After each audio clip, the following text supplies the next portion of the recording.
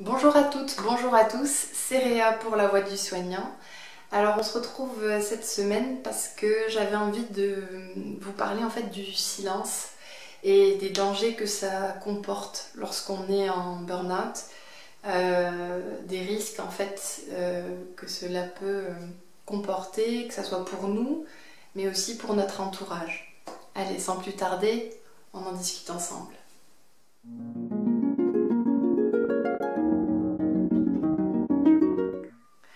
Alors, je ne sais pas si vous aviez vu ma vidéo sur le burn-out et la dépression, mais si vous vous en souvenez, si jamais c'est pas le cas, je vous invite à aller la revoir hein, pour vous rafraîchir la mémoire.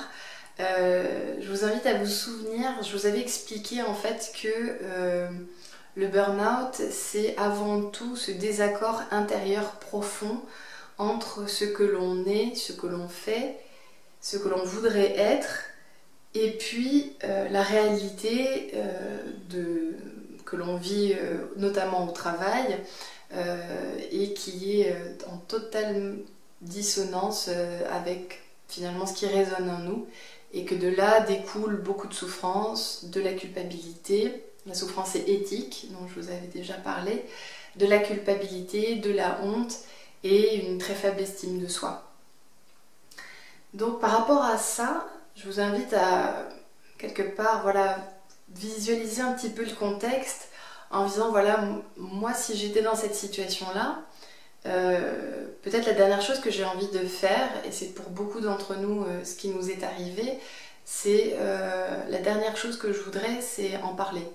Et plus le temps passe, moins j'ai envie d'en parler. Parce que plus le temps passe, plus la souffrance est grande et plus le silence est lourd. Et donc plus important à garder. Parce qu'il y a ce sentiment, il y a plusieurs raisons à ça. Il y a le fait de se sentir plus faible que les autres. Il y a la culpabilité. Pourquoi moi? Pourquoi moi je suis pas aussi forte que les autres et que je tiens pas le coup, etc. Il y a aussi le fait que finalement, quand on prend un petit peu de recul par rapport à sa vie, on se dit bon, mes horaires sont déjà assez contraignants comme ça, mon rythme de vie finalement est assez lourd pour ma famille, pour mes proches. Je vais peut-être quand même pas non plus leur infliger que je vais pas bien et que je suis en train de craquer un peu. Et puis finalement, le peu de difficultés que l'on traverse, qu'on a pu déjà exprimer à l'entourage, les gens n'ont pas très bien compris qu'est-ce que j'ai essayé de dire. Donc finalement, pourquoi j'irais leur parler de ce que je traverse, cette espèce de descente aux enfers qui me brûle par l'intérieur, mais si je leur dis et qu'ils ne me comprennent pas, je vais peut-être me sentir encore plus mal. Et puis si je leur en parle, en fait, si ça se trouve, je vais leur faire du mal, parce que je vais les inquiéter, je vais être un souci, je vais être un poids pour les autres. Et ça, quand on est soignant, en général, c'est pas quelque chose qu'on a envie d'être pour les autres. Spécifiquement, on n'a jamais envie d'être un poids pour les autres, parce qu'on se dit que on est justement là pour aider les autres. Donc si on commence à être un poids pour nos proches, ça n'a pas de... Enfin voilà, on n'a pas besoin de ça en plus, quoi, dans la famille. Et puis en plus, si je devais reconnaître que je vais devoir m'occuper de moi, qui va s'occuper des autres? Pendant que je ne serai pas là ou pendant que je vais me reposer. Et puis l'équipe, oh, qu'est-ce qu'elle va penser l'équipe? Parce que c'est ça aussi. C'est la puissance de notre esprit à trouver, c'est pas des excuses, mais disons, c'est de faire un petit pas en arrière et de dire oh là là, si je commence à raconter tout ça, dans quoi je vais m'embarquer quoi. Si je commence à leur dire que ça va pas, et que c'est très sérieux, que je vais voir un médecin et que on met une étiquette et que ça y est, c'est fini, il faut que je m'occupe de moi, non mais ça va être le bordel quoi. Et donc de fil en aiguille, le silence s'installe. On part de quelque chose de très petit qui évidemment progressivement au rythme d'un travail qui ne va pas cesser de s'accentuer, des troubles de mémoire, vous vous rappelez de la difficulté de s'organiser, de la difficulté de projeter des choses et puis des difficultés physiques, de la fatigue, etc. Plus ça va aller, moins on va avoir aussi d'énergie pour vider notre sac. D'autant que notre sac il est un peu flou, hein. Vous vous rappelez qu'il y a toujours aussi cette difficulté à amener jusqu'à notre conscience qu'il y a vraiment un problème. Donc ce silence s'il s'installe, c'est parce qu'il y a de la peur, c'est un résidu de la peur et de tout ce qui nous est douloureux à l'intérieur de sentir. Et au plus qu'on va ressentir et douloureux, au plus le silence va être lourd et va être difficile à porter. Et finalement, on se préoccupe toujours de ce que les autres vont penser de ce qu'on a à dire. Mais si on prend 2 minutes, hein, comme ça, pour réfléchir, combien de fois dans notre vie, combien de temps est-ce qu'on a passé à dire aux autres ce qu'ils voulaient entendre au lieu de leur dire ce qu'ils devraient entendre? Je dis ça pour les autres à qui on parle, je dis ça aussi envers nous-mêmes. Parce que quelle est cette histoire que l'on se raconte à nous-mêmes quand on est dans le burn-out, quand on est dans la souffrance en général? Quelles sont ces histoires que l'on se raconte? Parce que finalement, ce silence aussi, il nous évite de nous dire à nous-mêmes que ça ne va pas. Il nous permet de bien étouffer ce que l'on croit ignorer. Et on se dit, bah, moi, malade, moi, une difficulté, burn-out, souffrance, pas du tout. Je suis très performante, un peu fatiguée, mais je cartonne, quoi. Ah oui, c'est du cartonne. Mais le fait est que ça ne va pas bien et qu'on le sait, hein, au fond, on le sait. Qu'autour de soi, c'est quand même un petit peu le bordel, quoi, que ça fait plus du tout sens. Mais surtout que si demain tout s'arrête, mon travail, etc., qu'est-ce que je vais devenir? Puisque je me suis lancée dans cette quête de performance et de toujours en faire plus et de ne pas m'arrêter. C'est vrai que du coup, quand ça devient une activité à plus de 90%, oui, le jour où ça s'arrête, du coup, on n'est plus préparé, on n'est pas préparé, on n'est plus habitué. Qu'est-ce qui va m'arriver? Donc derrière cette crainte pour les autres, on se tait avant tout pour ne pas s'entendre prononcer les mots qui nous feraient d'abord mal à nous-mêmes. On a trop peur des retombées que ça pourrait avoir. Donc par rapport à tout ça, quels sont les risques? Parce qu'évidemment, c'est un comportement, le silence, qui ne va pas sans risque. Le premier risque, c'est de s'enfermer dans des comportements qui ne nous ressemblent pas, évidemment. Donc on va accentuer le malaise intérieur, puisqu'on va être froid alors qu'on est plutôt quelqu'un de chaleureux, on va être plutôt quelqu'un de fermé et distant alors qu'on est plutôt quelqu'un d'ouvert, de tolérant, et là on va être intolérant, cynique, exigeant, arrogant, un orgueil comme ça en fait qui est l'orgueil de l'ego, hein, de vouloir se protéger à moindre coup, ce côté de se blinder. Le problème, c'est que le blindage, c'est lourd, le blindage, hein, donc c'est du métal, c'est profond, c'est costaud, donc on continue de s'enfoncer. Voilà, on continue de sombrer dans le marécage bien dégueulasse. Et puis finalement, il y a ce risque aussi de prendre des toxiques, parce qu'on va on va créer une dépendance pour tenir le coup, pour essayer de se rassurer, alors que ça soit de l'alcool, que ça soit des drogues un peu plus de la douce à la dure, en passant par certains médocs, ou tout simplement des comportements alimentaires aussi qui vont être perturbés. Et puis évidemment, quand on est au plus bas, ça va être évidemment les idées que je vous disais suicidaires qui surgissent un peu comme ça en flash.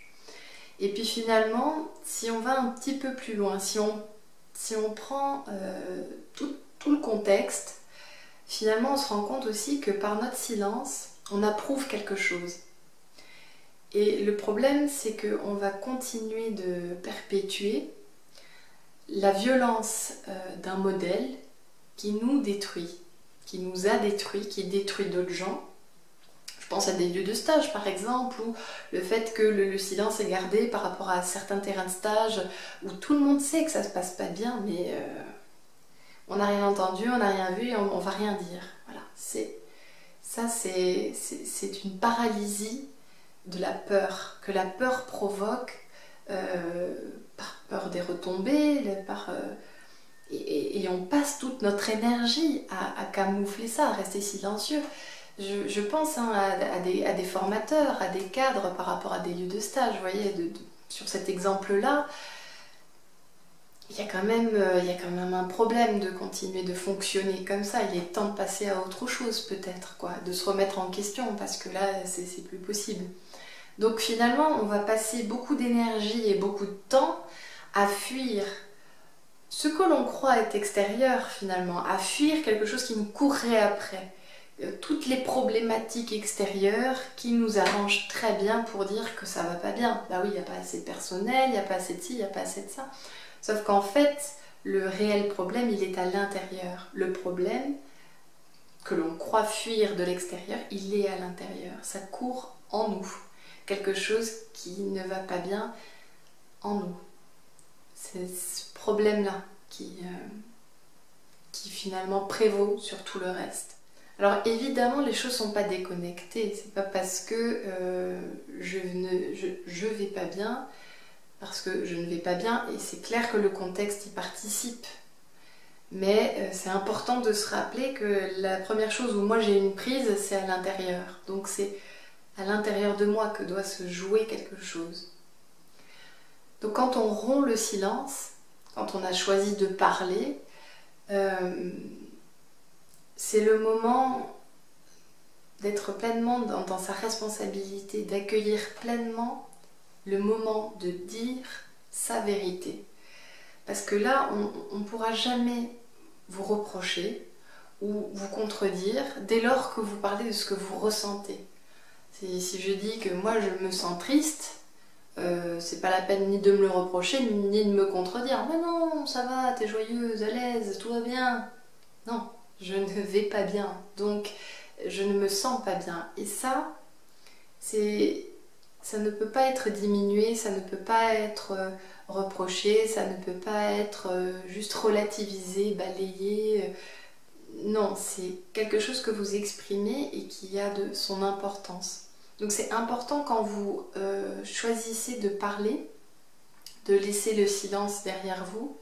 C'est vraiment important de se placer dans un contexte de confiance, avec une personne de confiance, pour partager l'intimité de ce silence que vous avez gardé, pour que la personne qui va vous écouter, qui doit être bienveillante, qui doit vraiment être là pour ça, que finalement elle vous fasse comprendre. Alors soit elle vous le dit, soit sa façon d'être va vous le faire comprendre, que vous n'avez pas en aucun cas à avoir honte d'être resté silencieux. Parce que ce silence, s'il a été là, c'était avant tout pour vous protéger.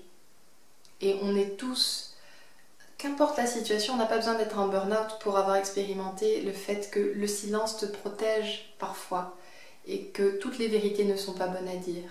Donc c'est important de relativiser cette culpabilité et cette honte qu'on pourrait ressentir, de dire « Ah mais peut-être que j'aurais dû en parler avant, peut-être que j'aurais pu éviter tout un tas de choses. » Oui, peut-être. Et en même temps, il y avait peut-être à l'intérieur pas assez c'était pas assez conscient tout ça, c'était pas assez clair dans votre tête.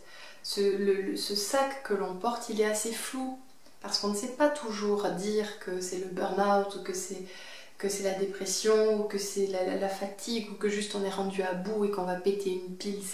C'est juste que c'est un cap à passer qui est suffisamment important pour que on puisse prendre le temps et qu'on puisse peut-être laisser de côté ce petit critique intérieur qui viendrait vous dire « Ah, mais t'aurais pu le faire avant » ou « Oh, t'as pas honte, t'aurais dû en parler avant, t'imagines ce que t'as fait endurer aux gens là. » C'est pas ça l'important. L'important c'est que en parlant, en libérant les mots, vous allez amener à votre conscience à quel point vous vous sentez mal et vous allez comprendre dans quel état de malaise réel vous êtes. Parce que tant qu'on ne l'a pas dit, on ne s'en rend pas compte. Il y a des mots qui ne sont jamais sortis finalement. Et c'est quand on se retrouve à les verbaliser qu'on dit attends, c'est moi qui dis ça là, tu vois. Il y a ce côté un peu ah oui, je me surprends moi-même d'exprimer ce que j'ai à exprimer. Tellement on avait bien blindé la chose et tellement on s'était persuadé que c'était léger finalement. Moi, ça m'a beaucoup aidé de choisir quelqu'un de complètement extérieur à ma vie privée, que ça soit ma famille, que ça soit mes amis, que ça soit les collègues à l'IFSI ou que ça soit des amis ou quoi. J'ai préféré aller voir une psychologue pour discuter, pour avancer, pour finalement me libérer de mes mots à moi. Et c'est ça qui m'a vraiment aidée et qui m'a permis de me sauver. Parce que finalement, quand on est rendu très loin hein, dans le burn-out, c'est quelque chose qui vous soutient même dans le temps en fait. C'est pas juste un travail qu'on fait comme ça pendant 1 an, 2 ans, 3 ans, 4 ans, plus. C'est quelque chose que vous allez continuer de porter. C'est des valeurs que vous allez réussir à restituer en vous. Et ça vous ancre profondément dans ce que vous voulez et dans les accords que vous passez avec vous-même. De dire là, ok, là, non, c'est pas bon.